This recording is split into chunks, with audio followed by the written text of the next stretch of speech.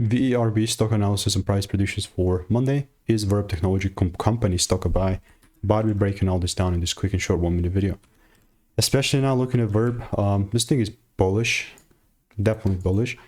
I was obviously looking to just double down, hopefully buy more. And what I was waiting for is my double break, which sort of kind of went and then came down, which I didn't took no trade here because the rules just never were met. And it was not something that I wanted, right?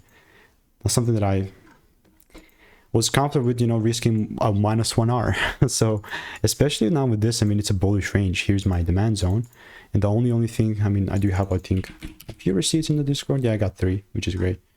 But ultimately, if I do not see any sort of like a correction, a pull down and a double break, then there's just going to be no way that I'll be looking to take things further higher and buy. Right? So that's how VERB is looking like. All I'm basically doing in the meantime is I'm just waiting for my rules to be met. And we were, I mean, if you want to stay tuned and get free sauce, then just click the first link in the description. I'll see you in the next one.